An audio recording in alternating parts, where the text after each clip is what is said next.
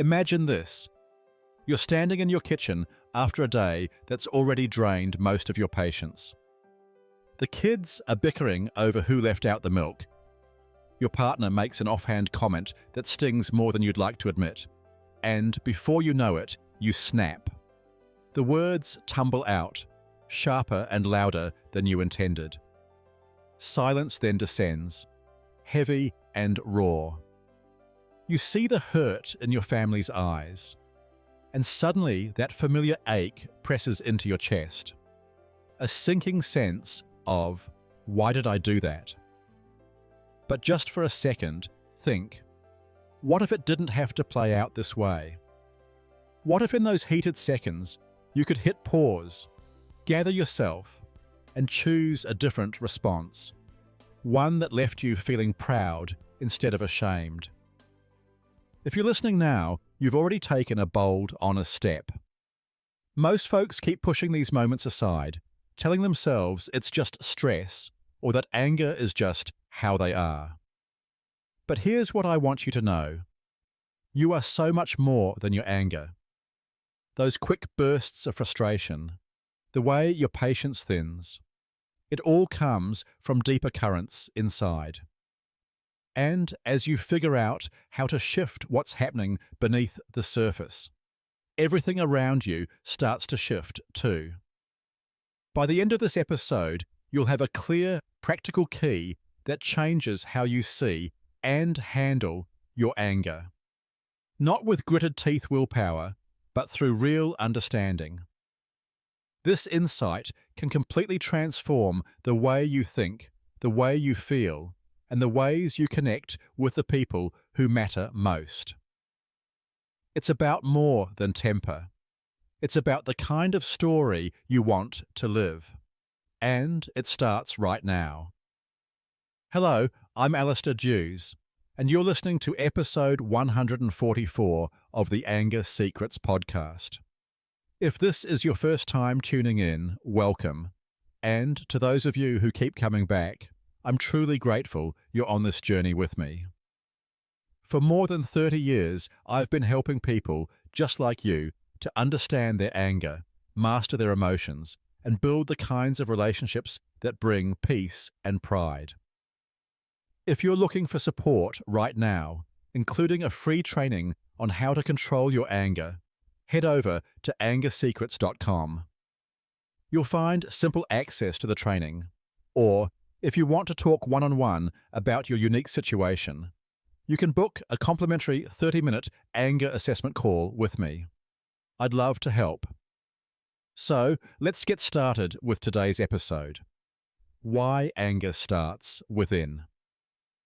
Let's begin with a simple question. When you picture moments when you've gotten angry, how do you explain them to yourself? It's so common for us to blame the world around us. The rude coworker, the never-ending traffic, the partner who just knows how to push our buttons. Maybe you've said it yourself. I can't help it. They made me angry.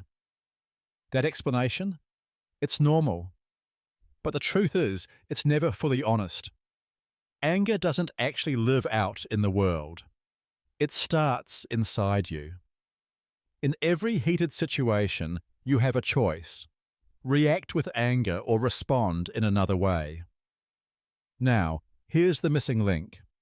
A truth that once you really understand it, changes everything. It's not the situation itself that creates your anger. It's your perception of the situation. The way you think about what's happening determines what you feel and how you react. Let me say that again, because it's the heartbeat of what we're talking about today. It isn't the argument, the traffic, or the mess that creates your anger. It's your own thoughts about those things that create your anger. For example, two people can go through the same event, but only one gets angry. Why? Because what we believe, expect, or assume in the moment shapes everything. Here's a story you probably know. You're driving home. Another car swerves in front of you. No signal, and your gut reaction is instant. Maybe you think, what an idiot. Do they even care about anyone else? You feel the anger flare, your hands tightening on the wheel. Maybe you shout, maybe you mutter, or maybe you stew for the rest of the drive. But let's give the scene a twist. What if, just as you're about to react, you see that it's your best friend behind the wheel? Suddenly, the story in your head is different. Oh, it's John. He must be in a rush. Instead of anger, maybe you laugh, or feel just a flash of worry for him. You wave, maybe shake your head with a little smile. There's no explosion, no lingering upset. Same event. Two very different stories in your mind, and two very different emotional outcomes. So what's really in control here? Not the outside world, not even the other person. It's your thinking that sets your feeling in motion. You create your anger. If you want to be able to stay calm, no matter what life throws your way, this realization is game-changing. Anger won't disappear from your life, but you'll finally have the power to choose whether you let it own you or you take the reins. I know this might sound like a big challenge.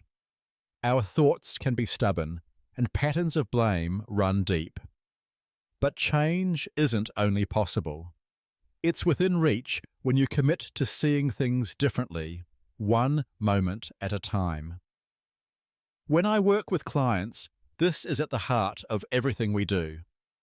We dig into those default stories, bring them into the light, and slowly, in practical steps, replace them with new ways of thinking. What comes next is real.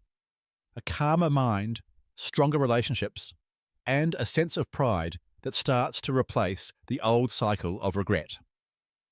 Let me share a couple of stories from past clients. People who face the same truth and watch their lives shift. Lisa once told me, I've come to realize there are things I can't change, but I can change the way I think, the way I act, and the way I respond to people around me. Those words are powerful because they mark a turning point from powerlessness to choice. Richard, who spent years feeling at the mercy of his emotions, told me, I used to believe that if a situation made me angry, there was nothing I could do about it. But through your course, I learned that my thoughts have a lot to do with my emotions, and changing those has changed my outcomes. For Richard, that shift unlocked years of tension and opened up a new way of living with the people he loves. You can hear it in their stories. Change doesn't come from forcing yourself to be calm. It comes from recognizing your own role in the story, then rewriting it bit by bit. So here's a practical takeaway for you. Next time you feel that burst of anger, slow down and ask, what am I thinking about this? Are my thoughts helping or hurting me right now? If you spot thoughts like, they always do this to me, or this is so unfair, pause. Challenge those ideas. See if there's another way to look at the moment. This skill takes time, but every time you do it, you're reclaiming space between what happens to you and how you respond. And that's where freedom begins. If you want help as you practice this, and truly, everyone gets stuck sometimes, visit angersecrets.com and book a free 30-minute call with me. Let's work together to help you control your anger and build the calm, happy relationships you deserve. Okay, that's it for today's episode, Why Anger Starts Within.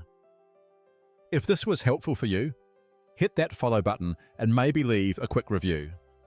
It helps others find the podcast. And it might be the exact nudge someone else needs right now. And remember, if you want a free training on how to control your anger, or a chance to chat one-on-one with me, just head over to angersecrets.com. There's a free 30-minute call you can book, No pressure, just a genuine conversation. And if you're ready to get serious about changing how you show up in your life, take a look at the complete anger management system at angersecrets.com/course.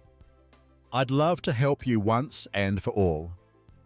And finally, remember, you can't control what other people say or do, but you can control yourself, your tone, your choices, and how you respond to others. And that's where your real power lives. Take care, and I'll talk to you soon. The Anger Secrets podcast is for general informational purposes only, and does not constitute the practice of counseling, psychotherapy, or any other professional health service. No therapeutic relationship is implied or created by this podcast. If you have mental health concerns of any type, please seek out the help of a local mental health professional.